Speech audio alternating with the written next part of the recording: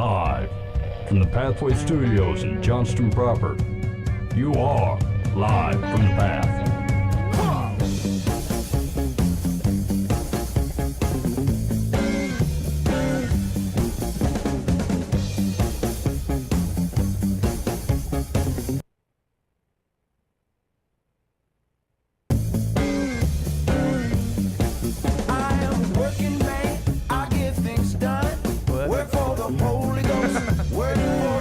Trying on a new thing. It's got a sweet pause in there for dramatic effect. Hey, buffering. This is a low-rent operation we're running here. If you had to compare this show to how normal shows work, like almost every other radio show you hear is like that scene in The Sound of Music where they're doing the puppet show, right? And you're watching it from the front. Live from the Path is you're watching it from behind. I'm saying you can see everybody with the scales and with the strings and what they're moving and the costume changes. That's just kind of how it rolls. All right, this is Ben Foust. You're listening to Live from the Path. We're coming to you from the Pathway Studios here in Johnston proper. These Pathway Studios are just limping along. As a matter of fact, we're getting out of here. Yeah, we are. This is the last weekend here. We're moving somewhere else. I can't take this crap anymore. Internet buffering. That's low scale. Anyway, we just got Shop Talk on the show tonight. I don't have it. We've been busy. We've had a lot of stuff going on. Had a lot of bands coming over the last few weeks. And so I think we just got general, hey, what's happening? What's going on in your life? What's going on in the world type of stuff. So sit back and have a conversation with some fellas tonight. Mike said saw some things in the news. I might have some Pope style. There's an interesting book I'm reading. I thought I'd share a little bit of that with you guys. Is it the Bible? No, sir. That's an interesting book. No, sir, it isn't. So anyway, that's what we got going on. If you're new to the program, this may or may not be the show for you. I suppose if whatever we got going on, you feel like you're disappointed in, maybe you have a good picture of what we do here, and it's time to leave and find better things to do with your time. So anyway, that's what we got going on Life from the Path. Before we actually ruin the episode, I wanted to give a big shout out to our sponsors, Bob Eisenhower with the Eisenhower team. Here's the deal: Bob Eisenhower got hold of me today. I love this man. I feel like it could be just me, right? But I think it's everybody. He's got me going on the back of his mind. Some guy was like getting ready to bulldoze a house at a property in Carlisle. And it's sitting on like 8 acres, and he's like, "Hey man, this sounds like a Ben Foust type of property." So he says, "Look, guy, this guy's gonna doze this stuff tomorrow. You want in or not?" And I thought, I love this, Bob. So I checked with the wife, and she was not in. Oh man! So I had to let it go. But I mean, here's the deal: he pegged me correctly. This property that he picked out, and that he thought like it's on the edge of whether someone reasonably want or not. But it seems like there could be some opportunity in it. It's in my general lowball price range, and Bob thought Ben Foust might want it, and he was correct. So anyway, Bob Eisenhower's the man. He help you with buying and selling a home. Go to theeisenhowerteam.com and get a hold of Bob. You can email him there. His phone number's out there. Give him a call. And he's just the guy to go to. He's a trustworthy dude. We use him for our real estate stuff, and I will totally vouch for that guy. And get a hold of him. Now's the time to do it, probably, if you're looking to buy or sell a house. Also, Westfield Veterinary Hospital. Go to westfieldvethospital.com. You can set up your appointments online for all your pet care needs, dogs, cats, chickens, whatever. They also do large animals. Maybe a baboon. I don't know if they've had a baboon in there or not. No. But if you got one and it needs help, take it in. You don't want to be caught with a sick baboon. I feel like, you know what like monkey or ape type creatures do when they're happy. Yeah. I'd hate to know what's going on when they're upset or have a nasty tummy. So anyway, take that baboon in. You don't want any trouble. Go to westfieldvethospital.com. I don't know why they continue to pay us. All right. So we're going on the show tonight. So I'll tell you what I've been reading. So last week, I don't remember what it is. We were talking about some of the ISIS stuff, and there was kind of a conversation about Muslims and stuff, and how getting them to know Jesus. And I thought I don't know anything about this. Like I don't know where they would be coming from, and I don't know. I don't know. I have a rough idea what they believe, but maybe I don't. Right? Like I know what other people have said they believe. But I don't really have a good handle on what they believe, and that's true for a lot of the sects or other religions. Like I could give you some brief talking points, but like if there was a guy that was really passionate about Islam, like I would be a farce to him, right? My talking points don't mean anything to him. That guy's living his life based upon this thing. It means what? Just like the bullet-pointed Christianity is nowhere near the depth that I would talk about my relationship with Christ. And so what I was afraid of is that I had let laziness otherwise dictate what I know about people. What I know about what they believe and what they think is important. So I thought, I feel like I need to rectify that to a certain extent. I took a half step. I didn't jump into the Quran. but there was a book that a guy wrote who was he was a Muslim, and he said it basically was for his book was looking for Allah, finding Jesus, and it was about his journey of being a Muslim, and then through his digging deeper into his faith, he came to find Christ. And I thought, well, okay, that sounds like a guy who's going to represent his faith correctly, the Muslim faith correctly, and then show me kind of the transition from that point. And I'm giving the benefit of the doubt here. So far, it's just been a very interesting book, and I think it validates what I was otherwise concerned about, that I was potentially misrepresenting someone because I wasn't close enough to be able to know what was just someone's brief overview or section of how certain people act versus, what was someone's intimate relationship with their faith. And I think that's probably true of Hindus. I think it's probably true of all the different faiths that people pursue, is that we need to be careful if they're going to if you want to introduce them to Christ, and they have a deep faith in something, like you kind of have to meet them with what they're looking for, right? They're looking for something, or there's some part of their identity that's tied to that faith. And if you don't understand that correctly, like you're really not going to have the opportunity to allow them to see Jesus for what it is that they're searching for. And so anyway, I guess I don't really have a bunch of commentary on that. I don't have anything to add to the world with that. But I guess it was something that I've been thinking about, and maybe it's the warning to be careful. Be careful. Like here's what I know for a fact is that like me and a Muslim guy don't believe the same thing completely. Mm-hmm. In fact, we differ on a pretty strong thing that I find important. Okay. That's true for a lot of the major religions that aren't Jesus. However, you run a risk by painting those people as flat, by acting like they're not people, that there isn't depth to their faith and it doesn't mean something to their life. That's a serious risk.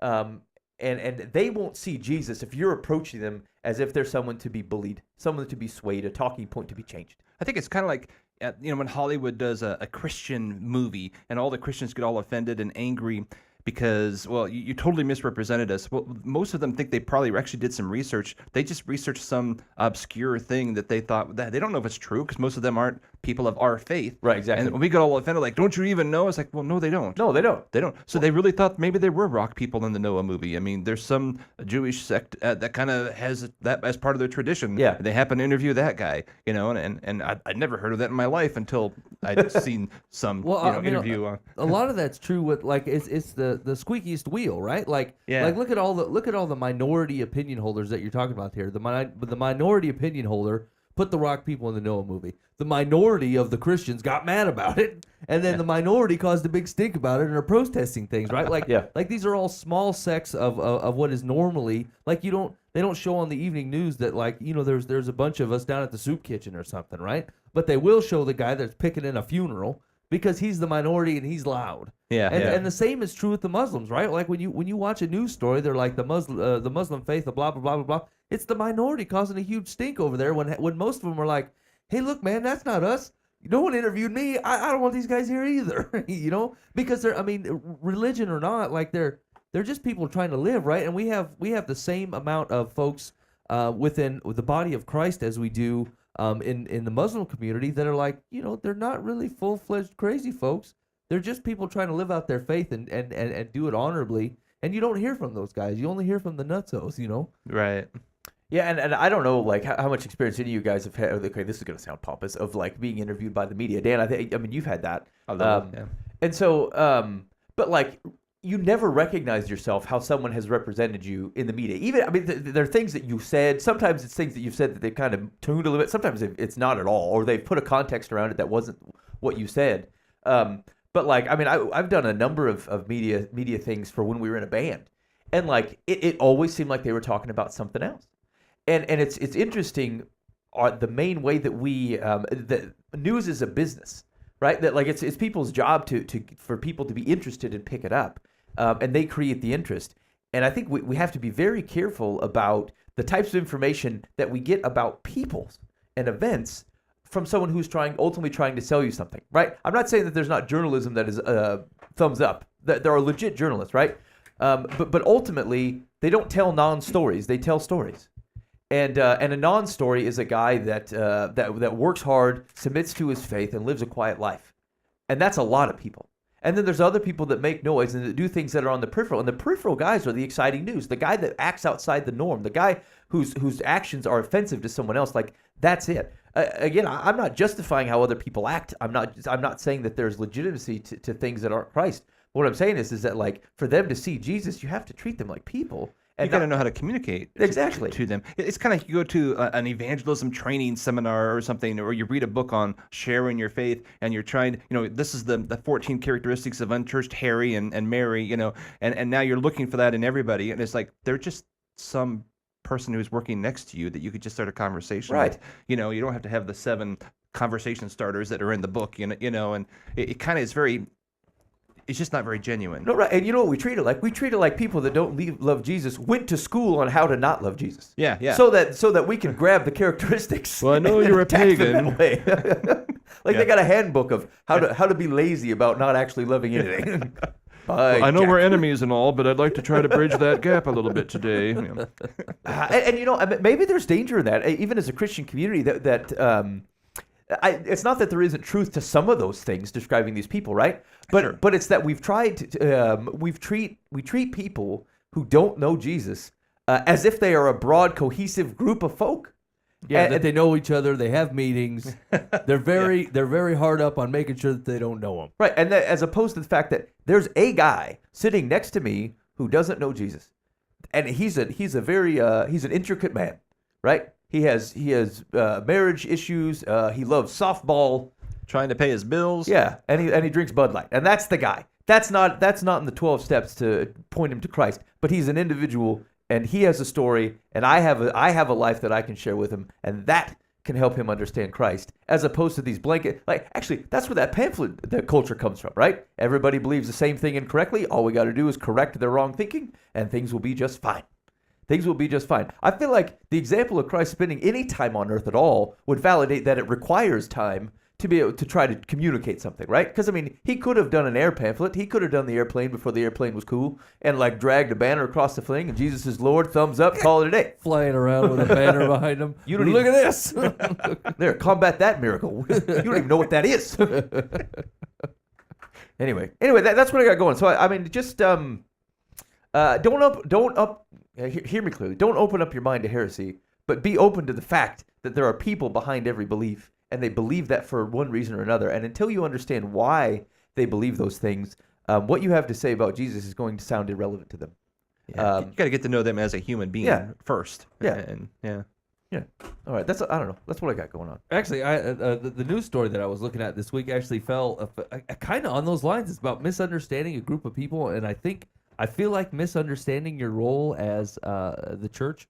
But we'll read through it and see what you guys think. I kind of fell down real heavy on one side of this thing, but this story came out of Ohio.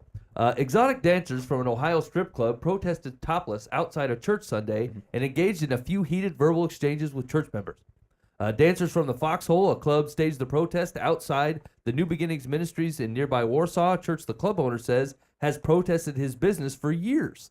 At one point, the ladies came out to the corner edge of the church. They were dressed in various stages, and they were holding around, walking around signs, about 30 people, and they were protesting the place. There were tarps that shield the rear of the church, which most congregation members entered and exited. Several women came out of the church after services and exchanged words with the club sympathizers. In a telephone interview Sunday, the club owner told the Associated Press that club dancers in bikinis protested and held signs outside the church, but they didn't stop the church from picketing his business. He says, I don't have a problem with people expressing their First Amendment rights, but at what point does it become harassment?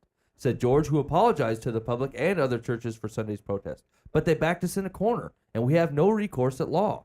He said judges have repeatedly denied his request for injunctions to keep church protesters away from his property.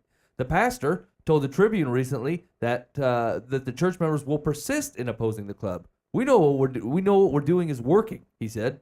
He couldn't be reached for comment on Sunday. No phone listing for him was available, and a recording at the church said voicemail couldn't accept messages. Okay.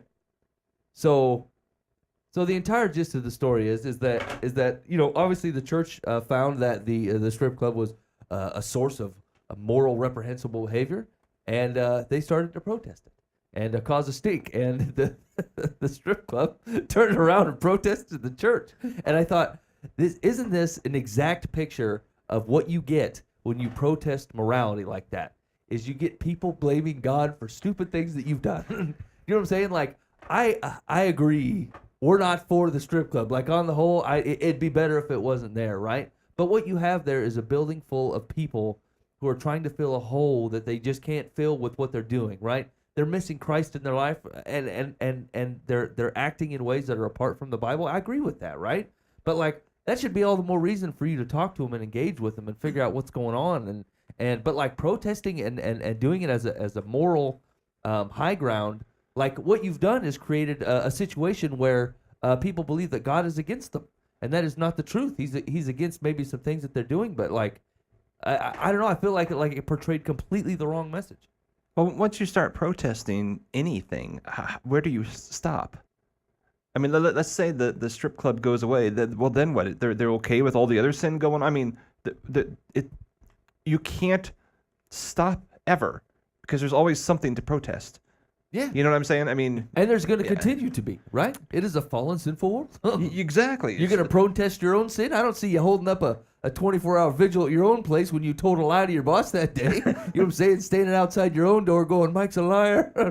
You know, like, it seems completely unfair and completely outside of the scope of the way that Jesus taught about the kingdom of God, right? Like, I mean, he always called sin a sin. Let's not mince words here. Like, he called a sin. He doesn't avoid that subject, but right, the people that he talked to and the way that his message was preached was not. It wasn't the law, right? That's exactly what it wasn't. And I don't know how. I guess I maybe I misunderstand my place in the kingdom of God, but I have a really hard time trying to teach people about God based on morality, because I feel like that is not him. He's the source of any good thing in me, and right, like without him, then it is checks and balances, and then I got real trouble. I think this is one of those just surprising things about Jesus that is just radical. It's mind-blowing. I mean, it's expected that Jesus, the world's greatest moral teacher, would also be someone who would love sinful people. But now we've also got this paradigm where apparently sinful people loved Jesus, the world's greatest moral teacher, and sinful people wanted to be around him, loved him, wanted to hang out with him. Prostitutes, tax collectors, all these just icky people that you would consider, they wanted to be around Jesus. So why has that not transferred to our churches? Well, that's a really solid question. Maybe because we're not really acting like Jesus. I don't know. I mean, listen. I can't say that I haven't made the mistake in judging somebody based on the way that their life is going. But frankly, sometimes it's just they're just points to a fact, right? Like, if I see certain amounts of behavior in somebody's life, then I can say, look, I feel like as a pattern that you're without Jesus. That would be my guess, right? Judging by the pattern in your life, I can kind of guess that. Now, that may sound judgmental, but it's just kind of the truth, right? But on the whole, I just can't imagine looking at somebody and like portraying, the body of Christ is like, listen, we're against you. You know, like you can't talk to them. Here's what you need. Here's what you need is people that are strong enough to be in that strip club and to be making some connections and making some community and making some friends and actually giving two craps about them, why they are involved in what they're involved with, what their life looks like, you know? But I mean, granted, there's not a whole lot of dudes that can go in there. You send some ladies. You send some ladies in there and do that job. And but I mean, you're gaining so much more ground than you are with the sign. It just doesn't make any headway either way. The concept of any kind of picketing of anything from a Christ follower's perspective makes absolutely no sense to me. I do not see it. I don't see how you can read through the Bible, read through Jesus coming and the good news of the kingdom of God, and then see someone go, I'm going to take that, and that means I'm going to go around to the people that do not have any concept of Jesus as their king, as their Lord, as their Son of God, as the Son of God, and then go, I'm going to call them out for their sin. It makes no sense. Yeah, I just don't understand that way if they're not Christ That's right. followers. That makes perfect sense, doesn't it? Yeah. So really, we should be picketing that church as well. I'm going to get myself a Speedo, and I'm going to show up, and I'm going to be on their front yard. That's Don't obscene. do that. That is obscene. Yeah, absolutely. I don't understand. Even going beyond this, you see at Planned Parenthood places, you see this at abortion centers, you see this at all kinds of places when it comes to certain bars and all this different stuff. You see people that have these signs that are so incredibly hateful to the people. Yeah. It's not the sin that they're calling out. It's the people doing the sinning. And that makes no sense. I don't see how you can read the same Bible that I have and get, I'm going to call everyone out on their sin because the fact that they're doing it. And it's not I'm going to have a relationship with this person. It's not that I'm going to meet this person so that I can speak into their life and see how I can reflect the love of Christ onto their lives and show them that, guess what? This is only the start of it. This is only the smallest portion of your existence. I promise you, there's something beyond this if you accept that love and if you accept what God's got for us. And I don't see how that translates to the God hates this person and the what you're doing is against God and all this different stuff. It does not make sense to me. And it kills me. I just want to go up to the people that have the signs, and I want to go up to the people that are claiming to represent the name of Christ and that are just tarnishing it. And I know that I don't do any better. And I know that I mess up on multiple occasions, so I can't pull the sign against the people who hold signs. But I want to go up to them and just ask them, where is it that you see the love of Christ being shown through what you're doing? All right, now imagine for a moment that you're someone who doesn't believe that the love of Christ is something that can transform another human being. Mm-hmm. Now, how else are you going to try and change society? If you don't believe that Christ's love, that God's love spoken into another human being is enough to actually change their heart and that they will begin to just exhibit characteristics of their Father now that they've gotten into a right relationship with Him, and that's not powerful enough to actually transform them, then what other recourse do they have? You protest. Pamphlets. Yeah, exactly. You go against behaviors. Now, hold on, Herrick. Now listen. Let's take this off the table of the specific church doing the works. Like, let's just look at it as a whole, right? Mhm. I mean, I feel like that kind of behavior means exactly what you're saying. That you're saying that on the whole we don't believe that. Otherwise, that wouldn't be our recourse. Right. Well, dang, that's just pretty simple. Mhm. That's pretty straight up.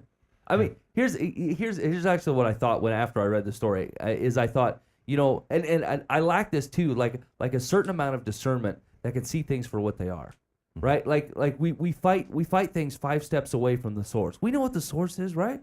We know the source is Christ. We know that, right? But we get stuck in weird things like fighting moral behaviors. It doesn't matter what the moral behaviors are. They could be religious associated, like churchy behavior that's just irritating and beholden to the institution and holding up a religion that is not Christ, or it could be just outright against the Bible, disobedient, crazy sin, right? But we all know that the source and the solution comes from Christ, and we're still fighting in the weeds. Well, not everyone's convinced that the source and the solution is going to come from Christ. That's why they're trying to do it themselves. And what that means is that they've somehow missed it. They've missed the gospel. In their life, somehow they have missed how powerful God is, how powerful His love is. And so they've read a lot about it, but they just haven't experienced it, so they don't see that power. So what they need is someone to come to them, that even though they're from a very religious background, they need someone to come to them and essentially show them who God really is. So what an irony it would be is if it actually came from these girls in the strip club who actually come to the church because someone came to them and said, hey, here's a God who really loves you. If the people of that church finally experienced God's love because of this club that they've been protesting. It's funny, sometimes like the religious folks are just as closed to that idea as the people who are in a sinful, I don't want anything to do with God lifestyle, right? They're just as close to, I hear what you're saying about the gospel, but I feel like these signs are really making headway. You know what I'm saying? Like, and I don't know. But here's the thing, like Herrick's right about that. I have a harder heart for people in the church situation than I do than people in the I don't know God situation, right? Like I'm like, give them a chance. They don't know Christ. What do you expect? When really I'm looking at the exact same behavior, coming from the body of Christ institution, and it's the exact same behavior. And I should be looking at both sides, going, look, Jesus is missing in this picture somewhere, and actually everywhere. It's missing in the whole place. And so, actually, I suppose if you had to take something away from that story, my favorite part is to rail against the church folks and go, look, you're being outrageously religious here. But the truth of the matter is, like, they're missing the grace and comfort of God and the freedom that Christ gives them to not have to worry about everyone's morality at the time. You know what I'm saying? If you're worried about Paul says it kind of best, I know Christ crucified. That's it. That's all I know. And that's what I'm standing on, and that's what I'm talking about, because like these moral discussions, like, I mean, he wasn't talking about it right in that context, but I mean, it kind of follows suit, right? If I know Christ crucified, and I know what was paid for me, and I know the grace that came with that, and I know the joy that you could be feeling, let's talk about that. Because the other stuff is just it will go away on its own with the presence of God available. Well, yeah. I mean, if you agree who Jesus is and you agree on his identity, there is no option but to submit to that, right? To submit to who he is and what he's calling you to. Someone had written, I can't remember what the context was on something I read on Facebook today, but it had to do with I don't know, just peripheral things that go on in the church. And one of the things they said was, don't tell me to be Jesus, tell me about Jesus. And I thought, okay, I mean, yes, but no, because like Jesus is calling you to that. Sometimes you stop short, right? You say, I just want to hear about this, but that's a you. That even then, that's a you-centered theology that says I came to be saved, not I came to have a Lord that also saved me. But I think we start from the wrong premise, and then when we think we have the right premise, we glorify it, and then we don't move to the fact that, like, yeah, but Jesus actually called you to do something. He's calling you to be part of something, because if you submit to him as Lord, it will reflect in how you live your life. If all you wanted was a savior, then yeah, you can kind of get a picture of him on the wall, praise that, and then wait things out, and that's not really the life that he called us to. And it's just a weird distinction that sometimes people make is you got the guys from the church that are focused so much on looking like Christ that they forgot to talk to people about Jesus to begin with, because you're not submitting to the identity of Christ. They're upset that someone who doesn't know Jesus isn't acting like Jesus, which is foolishness.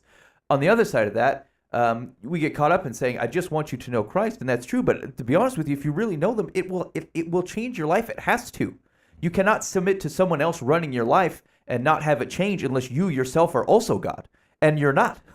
So the submission to a Lord and Savior has an impact on your life, and it will change how you behave. And when we conflate either one of those two things, we end up not living in a kingdom, and we end up just trying to be saved from an earth. And I don't think we get a true picture of Christ or his kingdom through either one of those things. I can't do. I don't know what I guess I would say, what would we do if a strip club protested our church? So like, what's the right answer, Mike? First, I don't think they would, because we wouldn't have protested them to begin with. What do we do? Just bring out the coffee? I feel like we go talk to them. Say, Yeah, I was hey, gonna say. Hey. I'm sorry. What seems to be the beef? We should send the ladies, because if they're protesting in a vulgar way, we should leave the guys inside, send the ladies out with the coffee and the donuts, and say, hey man, Say, hey, what's up? I feel like you forgot your clothes. Here you go. We got more. we got some choir robes that we don't use, because we don't do that here. We have some baptistry robes. Yeah. Might as well baptize In fact, you while it's a you're little cold. You want to jump in the tub? Just got to say a few things. I just That's the vision of the kingdom. I feel like we're so bad at that.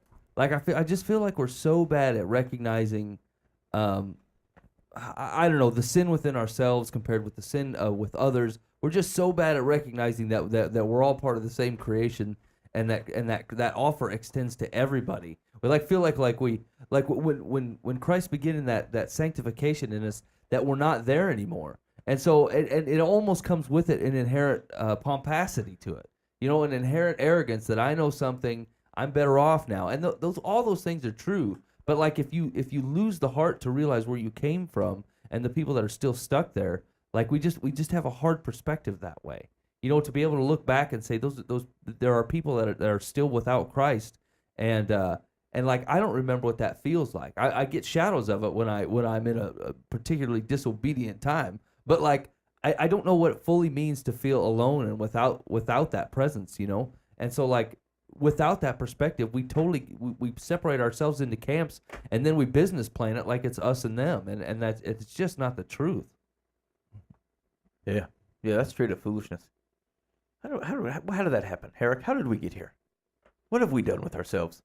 Penicillin in it. That's what done it. Penicillin. Ninja Turtles? I don't know. I'm out of options. And some of it, I guess, it goes back to a little bit what I was talking about is when the story of Jesus came to be for the person that was even trying to be virtuous about it, to be the story of Jesus and me, it still wasn't about Jesus anymore, right? And it wasn't about his kingdom. It wasn't about his mission. It wasn't about helping, about Jesus reversing everything that fell.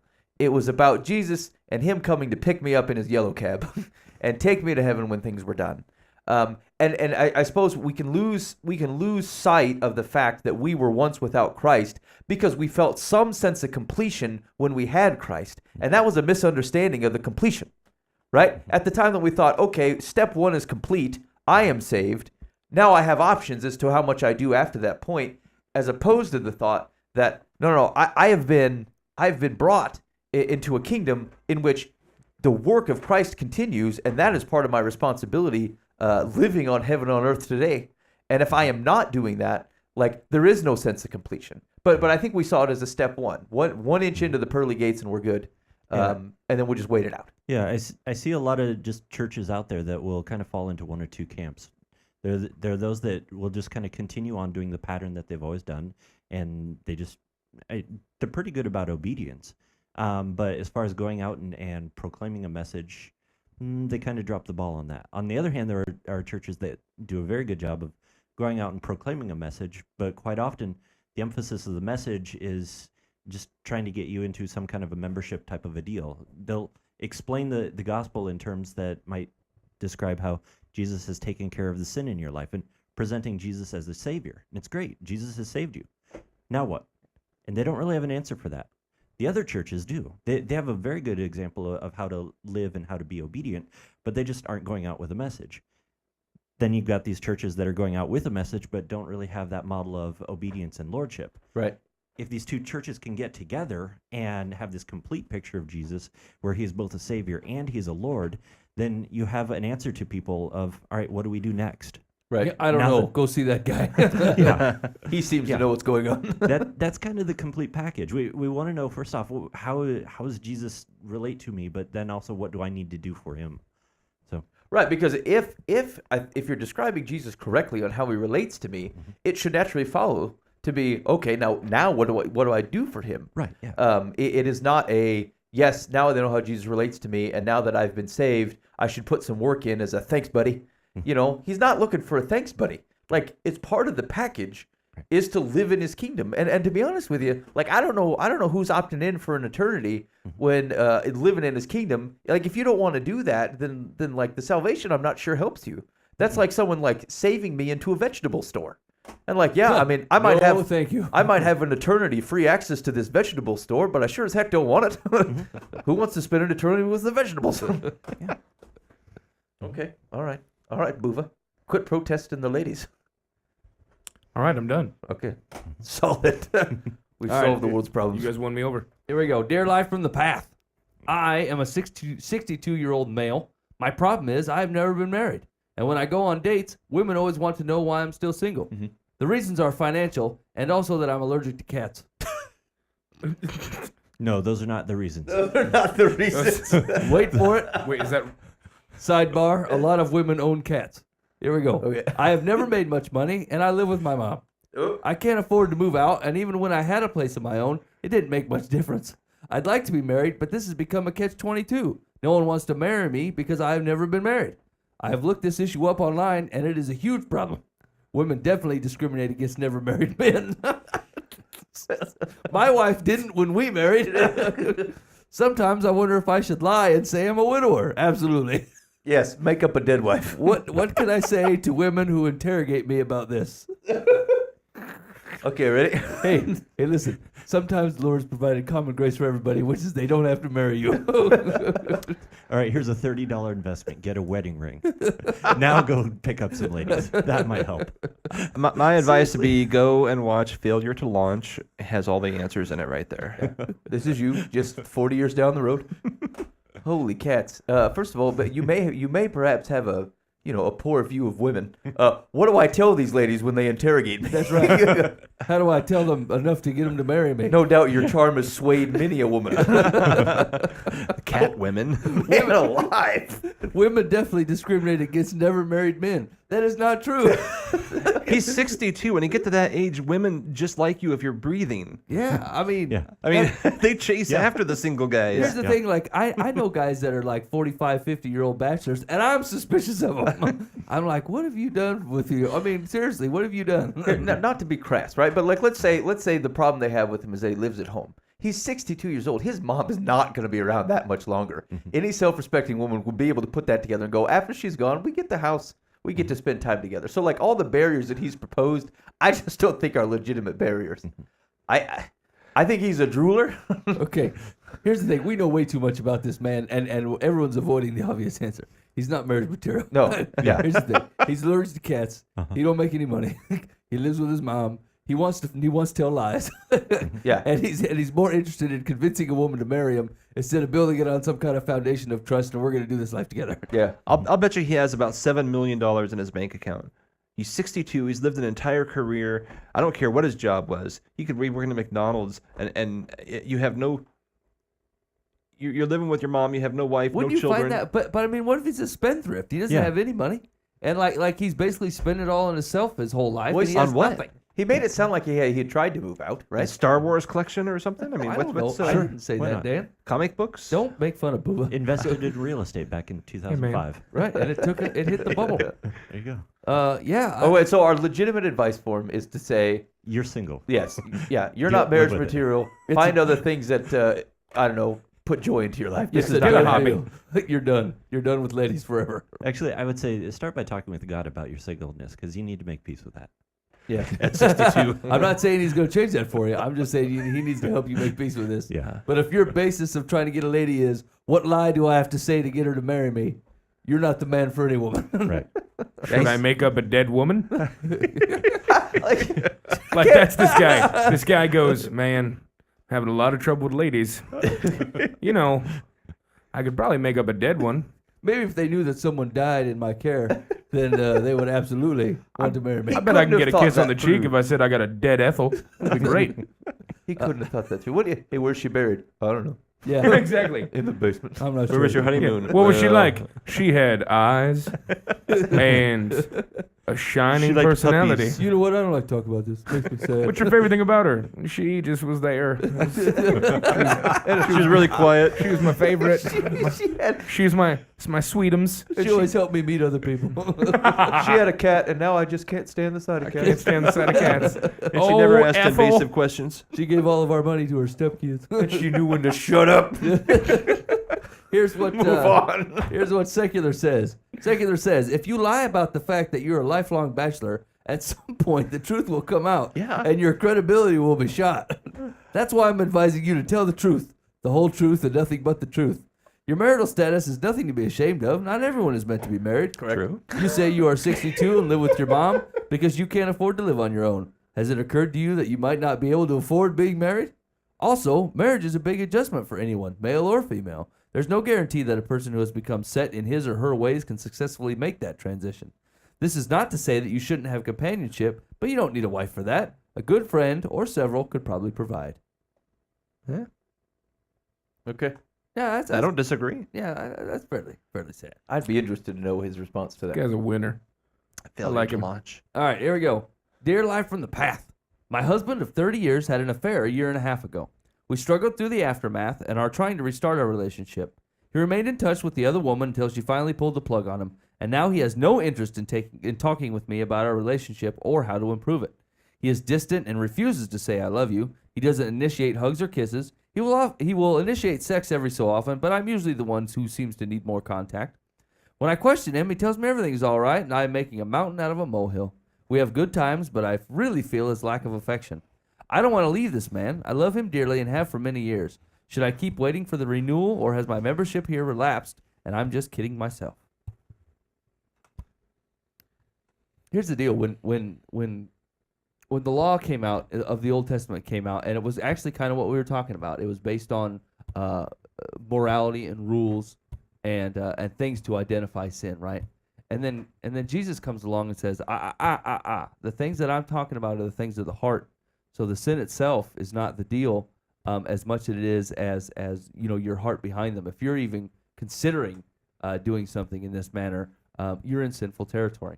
And this man, like what she is pointing out is that he got caught in the act of cheating on this woman, when in fact it appears that he is still emotionally, spiritually, and relationally still cheating on this woman. Yeah. You know what I'm saying? Like that is not a marriage that she's describing.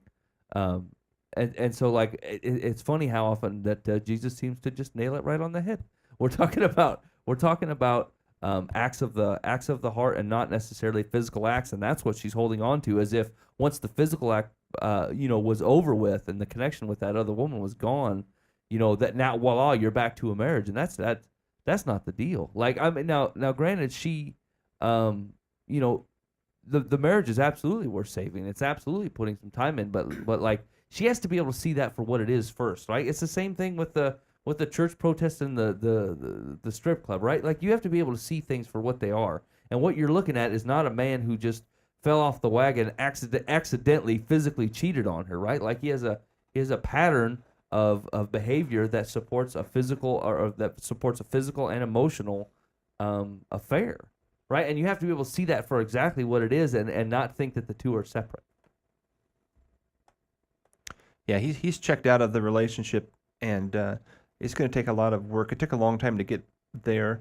It's going to take a long time to get to a healthy place, and he might come kicking and screaming, but boy, they need to talk a lot. They need some professional counseling. She's really got to win him back somehow, and I always go back to the scripture in Revelation to go back and did what you did at first. Something she did lured him in, and she needs to kind of rekindle that whole thing. That's a lot of effort. I think she can still seduce her husband. Yeah. Yeah. She did it once. Yep. So your recommendation is seduce your husband? Mm-hmm. All right. Yeah. One of the defining difficulties of a marriage is just learning how to choose the person that you've already chosen. How to choose them again. It's like wake up every morning and once again choose that same person. And that's Yeah. it. It's tough. It's been 30 years for them. Yeah, I mean, that advice is hard to swallow, right? Mhm. Like, she was the one that was cheated on. Mhm. She was the one that was wronged in this entire situation. And basically, our advice is we're putting the onus on her to say, look, you need to win him back into the marriage. But like, if you look at it, like, that is a very strong picture. That's why that marriage picture of the relationship between Christ and his church is like that, right? Like, look at every example of people in the Bible, especially the Old Testament, with the nation of Israel, right? Like, they would. I mean, look what God would show them. He's, look, I will free you from oppression, and we're about to walk into the promised land, and all of a sudden they don't trust him again. They're like, no, those guys are tall. We can't take over that city. We can't go in there. There's a bunch of tall fellas in there. Those guys are like tall, and I mean, I know you just destroyed the most powerful nation in the world right now and freed us out of slavery, but those guys are like 6'5", and we ain't going in there. And so they walk the desert for a while, and God woos them back in. Like, he is making all the strides in this relationship, right? Christ made all the strides in his relationship with you, so you could even facilitate a relationship with Christ.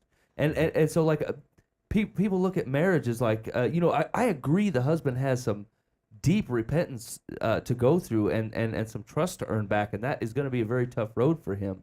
But, like, if you love him, you have to help him do that. And, like, I know that sounds hard and very unfair. I mean, I really, but I mean, if the love's there, that's how it's going to get done. It's not going to get done by you crossing your arms and being upset at him and kicking and screaming this thing. Like, it's going to be a lot of effort on your part, and it will be well worth it in the end. But man, I understand that's hard advice to swallow. But, like, if you're looking at the picture of marriage, which is what the Bible puts forth as a metaphor for a Christ relationship with his church, he does all the moving even when we do all the sinning. Right. I mean, that's the big thing, right? Like, when God could have easily pursued revenge, he pursued restoration. And you're doing the same thing. It's not that God wasn't I don't know, shouldn't have had the opportunity. He did. Like he was wronged. He was wronged as a God. But he sought restoration, not revenge. And the truth is that she was wronged here. But she has the option to seek revenge or restoration. And the advice would be to seek restoration, not because you're saying what he did was right, but because what he did was wrong, and you have the opportunity to try to bridge that gap of restoration. And based upon what Mike was saying, I mean, he's still in sin because he has emotional and connections and relational connections with this woman that is keeping him from being intimate with his wife, but only continually seeking that restoration that continues to have the opportunity to break that down. But calling it off or seeking the revenge does basically cuts that off the past and says it cannot be restored. And that is in her hands. That is something that she has control over. One of the most practical books I have read on relationships is Gary Smalley's 5 Love Languages, and it really deals with relationships like this. And he would say in this book that his love tank is empty, and she needs to figure out what his love language his love language is, and fill that tank back up. And it's pretty. I love that book. I recommend it to a lot of people, and she needs to read that. Secular's advice is, because you love him dearly and don't want to leave him, stay put. However, everything isn't all right, and you are not making a mountain out of a molehill. Your husband appears to be punishing you for something, and unless you get to the bottom of it, your relationship with him will remain icy cold. A licensed marriage counselor may be able to help you rebuild your relationship, but it won't happen unless he is willing to try. If he isn't, then you should go without him and let the therapist help you decide if this is the way you want to live the rest of your life. Yeah, that's fairly solid advice. It's I don't ever have a problem with people getting counseling. I'd say a Christian counselor. Yeah, It's a different worldview than absolutely. secular. Here we go. Dear Life from the Path. If you will print this, it would help pharmacy technicians everywhere. Oh, No, I don't want to read that. That's going to take forever. Forget it. No. we refuse We to don't help care about pharmacy the pharmacy. technicians. Here's the deal. I can't stand it when people use an advice column as a posting of here's what I think is the deal. Yeah, right. They're not asking for help. They're just Yeah. like, hey, air my woes. I've got help for you. Okay, here we go. Dear Life from the Path. I'm not much of a drinker. I have nothing against drinking or those who do. I just do not like the taste of alcohol. All right. Worse, I have a very low tolerance for it. After only half a glass of wine, I become so sleepy I can barely keep my eyes open. It makes me feel physically awful. My husband takes offense to the fact that I don't want to drink. When we're out with friends, he'll have 3 or 4 beers and pressure me to the point of embarrassment in front of them until I finally give in and order a glass of wine. Of course, I then spend the rest of the evening feeling terrible. When we get home, he'll want to be intimate, but I just want to go to sleep, which makes him even more upset. I've tried for several years to discuss this with him, but he can't explain why he does this. What can I do? I'd hit him. Yeah, I'd violence him. Physical violence. Yeah. Or Solves just say everything. no. Just don't do it.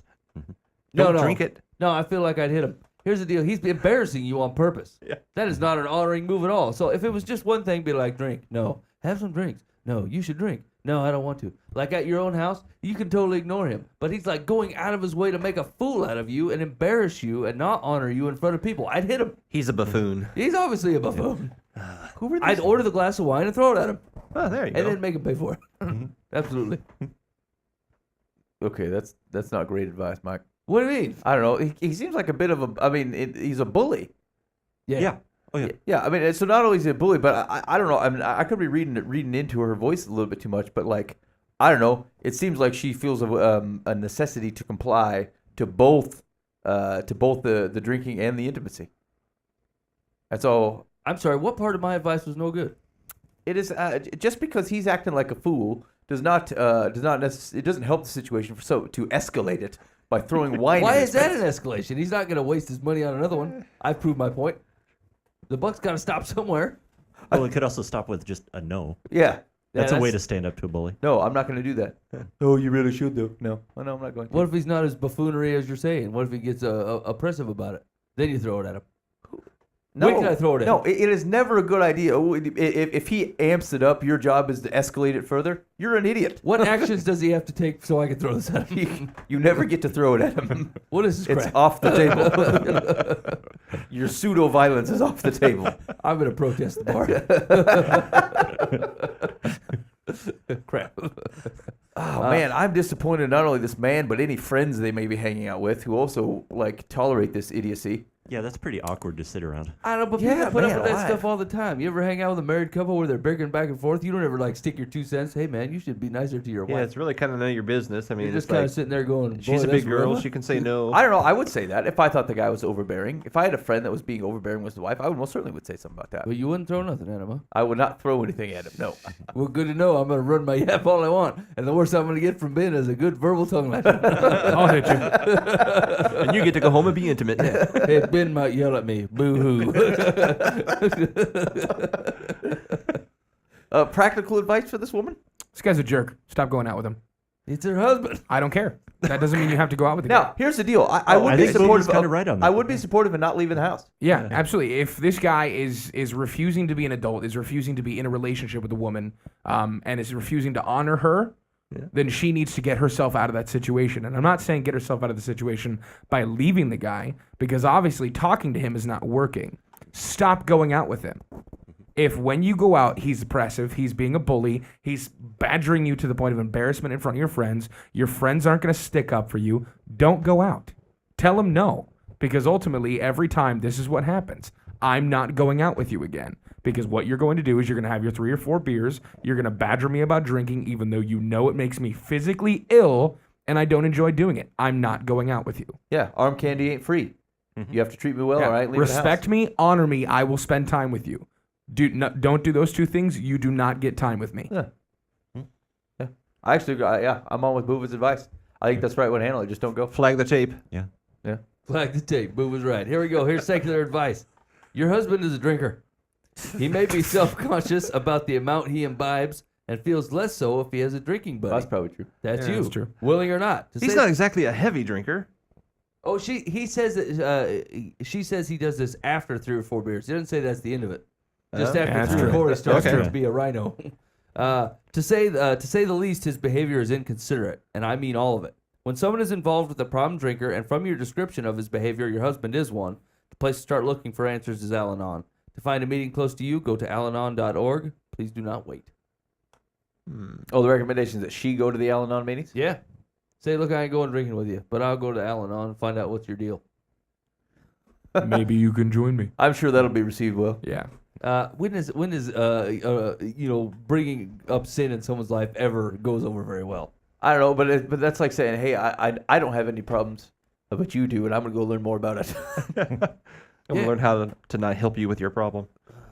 Yeah, I don't know. I'm not sure that's bad advice. I Codependency. don't know. I'm hesitant. What that does. Maybe both. Maybe a combination of both. In fact, don't go out with him, and while you're supposed to be out with him, go to the Al-Anon. Go to the meeting. Al-Anon meeting. I'm not convinced he has a drinking problem. I think he's just a jerk. Yeah. It's an insensitive. Yeah. But guy. have you ever known can't- jerks that are less of a jerk after they got drunk? No, not really. I don't have enough experience. We can't- We're just amplifying the fact that Yeah, he's a yeah. jerk. We can't assume the fact that he's a drinker and a heavy drinker to the point that he's got a serious problem. We can't assume that he's a jerk Yeah. and he has seriously bad That's clear. actions. Yeah. We know based off the facts that she's given us is that he has a crap attitude, whether it's a huge drinking problem or whether he's just a general jerk. Yeah, I feel like if he had a drinking problem, she might have mentioned that outside of the context, right? Like if your husband, if that's the Well, underlying maybe issue, she is probably honoring her knows it. husband and doesn't want to spread his drinking problem over the paper. But she's willing to spread the rest. It's not like his name's in it. Yeah. She needs to have him memorize Ephesians 6. I think we all need to Husbands, memorize love your wives. Ephesians 6. Yeah. Isn't that 5? I think it's That's Ephesians 5, yeah. 5. Isn't that 5. 6-1? Oh, that's the children. You're right. This is really awkward. Yeah. You're listening to Live from the Path on livefromthepath.org, broadcasting every 5:20 Monday night -ish. from 10 to Whenever. That's awesome. 10 to 11. Yeah. Here we go. We got time for one more here. Dear Live from the Path, my boyfriend and I recently decided to get married. We plan to go to the courthouse next month and have a justice of the peace perform the ceremony. Sweet. Since it will be nothing fancy, we have decided to invite just a few family members, his mom, grandma, and brother, along with my mom and dad. What we need advice about is how to tell his mom. She feels that marriage is just a piece of paper, and you shouldn't need it to prove how committed you are. Because of her views, he wants to surprise her the day of the wedding when we all arrive at the courthouse. I feel it's a bad idea, and she should have some time to get used to the thought of us being married. Any advice you can offer on when to tell her and how to handle what she's going to say? I feel like I don't have enough context here. Yeah.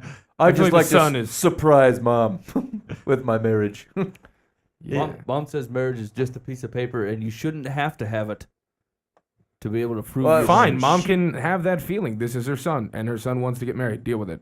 I don't think we have enough context when it comes to, hey, how's mom going to react to this, and what's the best way? We don't know enough about her, but I can just tell you, ultimately, it's you and your husband's decision, and you shouldn't be super catering to the mom because she's not going to have any kind of catering other than you just not getting married. I hear what you're saying, Boova, but I mean, like, there's certain members of your family that, what you can be right, But like the consequences are not as small as you're saying. What They I'm can saying really though make is, your life rough. so based off of the mom's idea of this is just a piece of paper, you don't need this to prove your commitment. There's no appeasing her Yeah, she on doesn't those care if thoughts, you are or not. other than other than not getting married. Her view is to not get married. Yeah. So to appease her would be to not get married. Yeah. So ultimately, there's going to be consequences no matter what. I don't I say we protest. Yeah, I say we pick it, and yeah, The question is do you let her ruin the 3 days before the wedding, or you let her just ruin the wedding?